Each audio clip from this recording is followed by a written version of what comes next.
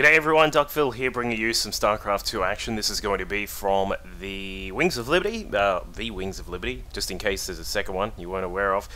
We are going to be experiencing an awesomeness overload. It is from the Team Liquid Razor Replay Pack of the Week number 52, which was just released last week, I believe. We actually have, hope you guys are ready for some spoilers, because we've got an NASL Season 4 champion here with us today, starting at the right-hand side of Antigua Shipyard, is Liquid HerO. He's going to be facing off against one of his very good buddies and, of course, teammates. Just across to the far top left is his teammate, the TLO.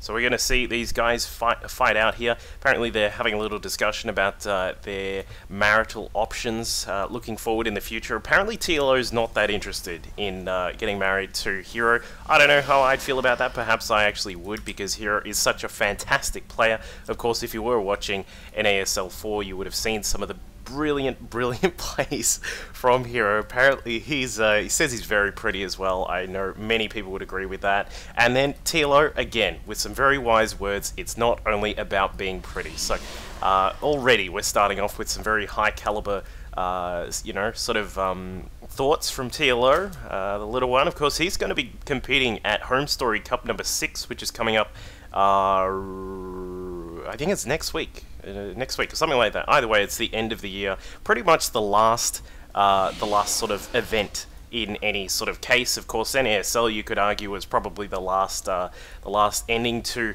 a league for the year, and it was a fantastic event. Everyone at NASL did a brilliant job of that. As we can see in this game, it looks like TLO is going to be fast expanding along with HerO. He's going to be taking a Nexus first, as we can see. So HerO, of course, apart from NASL, he's been doing really good in some of his other tournaments as well. This replay pack is actually just before DreamHack Winter went out, so it's, about 2 weeks old, and I jumped on the magical internets, and no one had apparently done any casts of the replays from this. So, thought just in case anyone wanted to see some of these games, you don't have time to watch the replays yourself, we'll do a couple of casts and hopefully get some interesting ones here.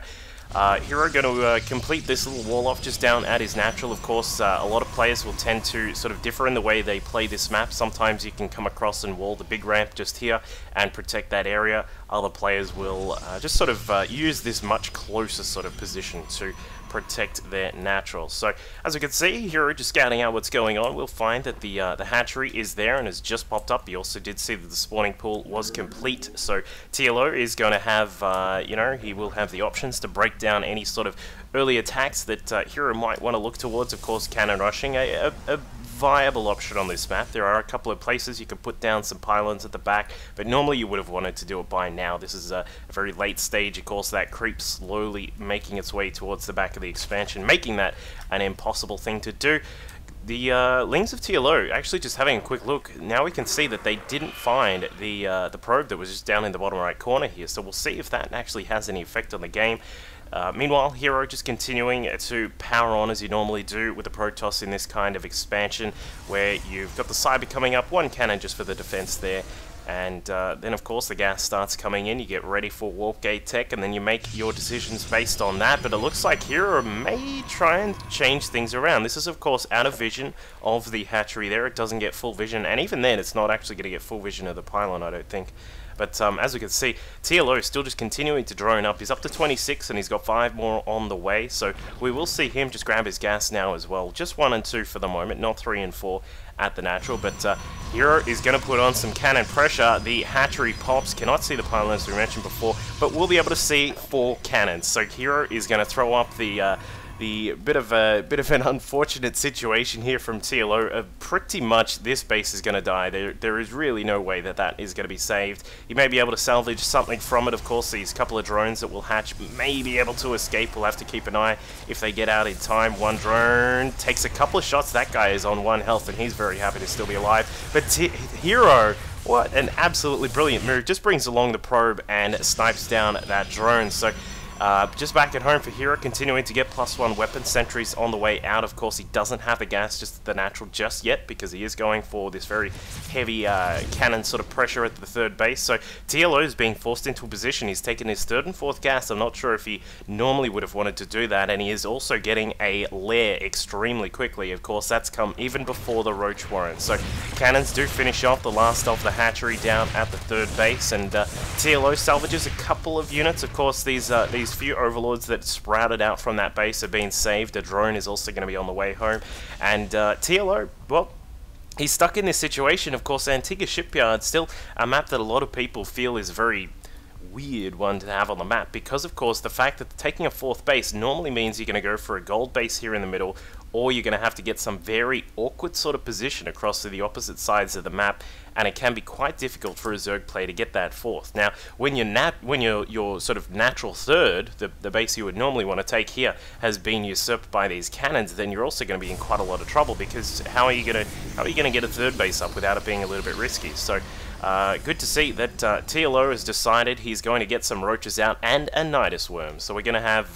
the Nidus network on the way here. Going to probably just chuck a whole bunch of roaches into that. Of course, we do have an overlord here to spot this lower area of HerO's base, so we will be able to perhaps get the worm inside there.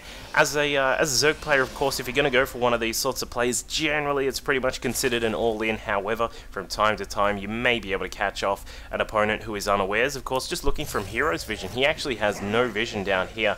Actually kind of surprised. A lot of players like to put the pylon here so you get vision of this area and inside the gas, but either way, it looks like the roaches are on their march. As we can see, did HerO actually see that? Hang on, let me just check the vision here. He did actually see the worm, so he was quickly reacting to this Nidus worm down at the southern side of his base, but the probes were not quick enough, and some of the roaches will be able to get out and do some damage. We'll have to see how much damage they actually do. Some of the probes, of course, going down as well. Not good at all for HerO, but he will be able to keep some of them alive, micros them back. As we can see, Queens came out and were attempting to put down some creep tumors there, but didn't actually get too much done. And it looks like that attack has been fended off for the time being, but a second Nidus worm has been hatched just outside the natural base for HerO. Roaches popping out. Of course, a couple of drones have come along for the party as well. This is very, very typical TLO play here from our German liquid player. He's one to always throw up this sort of shenaniganery with his Nidus worms. Of course, if you remember way back in the day to Shattered Temple, something like that, where he actually used to do some of these builds quite commonly. Now the roaches are out. There is quite a sizable force of roaches, 20 roaches out right now. Of course, they don't really have any upgrades because there has been no capacity to spend on those, but HerO's going to have to be very, very careful with his force fields. He wants to keep those sentries alive as long as possible too. Does actually capture some of those roaches and takes them down, but they do have burrow now, so they're able to burrow underneath and we'll get some of their health back. As we can see, the Queen's able to help out, and now that a couple of spines have been produced, he will be able to sort of fortify this position here. So we'll have to see how HerO is going to respond to that. He does have a robo facility just across to the side. Twilight Council has finished off Blink, and a couple of these stalkers going to sit at the top of the ramp and should get vision on the majority of these units. If they come too close, he should be able to shoot some of them down. Just also keep note that HerO is keeping an eye on this southern side of his base, but here we go. Looks like TLO is getting a little bit hungry for some action here. Gets a couple of roaches, but they do get force fielded. More spines about to finish up as well. Keeping in mind that TLO is still on two bases only. He's now got a couple of zealots that are just going to walk inside, perhaps get a couple of drone kills here as well. Would be quite nice if he was able to get a few of them just to make sure that TLO was, you know, not freely mining away. Of course, he's in a very troublesome spot already, but if TLO is free to switch gears and perhaps switch back into an eco style, he would be able to perhaps find some way to come back here. But looks like the drones picked off the last of the zealot. Only a few kills there, as we can see. 9 worker kills here for TLO, so he's still in the lead after that earlier Nidus worm that he put through in the main base. Meanwhile, roaches still continuing to come out of this Nidus worm. Spinecrawler is now moved into range of the Forge. But not only that, with the Overlord here to spot the high ground, he's able to see some of those Stalkers and get into position to take them down. So repositioning a little bit here is TLO. He's got some of the Spines in a good spot here. They will be able to take shots at the Gateway, of course, and the Nexus as well. These ones at the back will also be able to provide protection for these two at the front. So here we go. An Immortal is out for HerO. He's got to be very careful with these units. I'm not sure about pushing them into the top side, but he does get some brilliant force fields off, utilizing the Spine Crawlers as part of the wall there. The Immortal's just sitting at the back and is doing a lot of damage. Those Roaches just going down in large numbers, and as you can see, the Spine Crawlers providing all sorts of extra DPS. The Stalkers are just going to sit here and take it. As you can see, this guy is poking this Stalker in the eye, and I mean, that's not cool at all. No one ever wants to be poked in the eye. That's just not cool.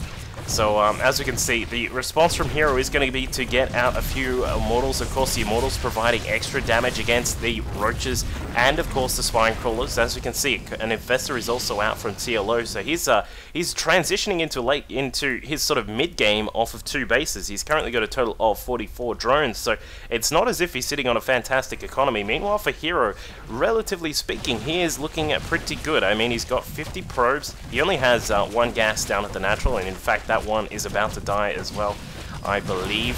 But as you can see, it looks like TLO is starting again just to continue to put the pressure on HerO. Doesn't want to let up, wants to make sure that he is losing some of the units and he's not freely just sort of sitting back and massing up, because of course Protoss units, when they're microed efficiently as HerO is doing, they can do all sorts of damage, and it looks like HerO is going to start to begin the jailbreak right here. The Queens are trying to transfuse each other and some of the Roaches to keep them alive. The Spines are going to be next on the menu, and with that many Stalkers out, things are going to get a little bit ugly here for TLO. The Spines go down. Of course, the Nidus Worm has also been removed. The 3rd base of TLO is up with the gold, but I mean, that's I don't think that's going to survive for too long. Of course, when you got this many Blink Stalkers, the HerO Blink Stalkers, of course, keep in mind, with +2 on their weapons, these guys are going to do all sorts of damage, and I'm thinking that TLO is going to be in quite a lot of trouble very soon after a very cool play to try and counteract what his opponent was doing. I mean, it was the best he could do in the situation. Of course, as we said, this map not really sort of providing the best sort of transitions for if you don't have a 3rd base at all, especially for a Zerg player. But as we can see, he's making the most of what he can. A couple of Queens still sitting out with this main contingent that TLO has. He's got 4 Infestors, 20 Roaches, but I mean, when you're going to be up against 17 Blink Stalkers, there are 9 Zealots on the ground and 2 Immortals as well. Things are going to be pretty troublesome for TLO to deal with. But as you can see, 3rd base goes down. He still has not been able to retake this position here. I'm actually a little bit surprised that he hasn't just thrown some Roaches over there just to try and get rid of that, so he can at least have some sort of semblance of hope to try and take back that base. But it looks like an Immortal almost caught out. The Zealot's just going to sit there and take all of that fungal damage. As we can see, it looks like a couple of good blinks go off here just to separate the forces of HerO, and he's moved into a beautiful spot. Look at that concave. That is absolutely brilliantly positioned, and as we can see, HerO now has a 3rd base. He's gotten a Forge back up so he can grab another couple of cannons or 2. More Immortals on the way, and I would say that TLO is going to need to pull an absolute rabbit out of a hat very soon, because he's on 2 bases, he's got a very minimal amount of drones, and things are looking very, very dire for him indeed. We've currently got still a couple more gates on the way from HerO. He's just making sure that he does have that extra sort of production capability. He's in this beautiful position right now. You've always just got to be careful, though. You don't want to underestimate a couple of powerful Fungals, a couple of really brilliantly positioned Roaches to just smash down Immortals, may be able to do something here. But look at that concave from HerO. He's just well prepared, and here we go. The battle begins. Beautiful blink to get the Stalkers out of range of the Fungal, and a couple of Infested Terrans going up as well just to provide the extra damage and the extra tanking for TLO, but it looks like that is not going to be enough. With that beautiful spread all around, it's like butter on a piece of bread.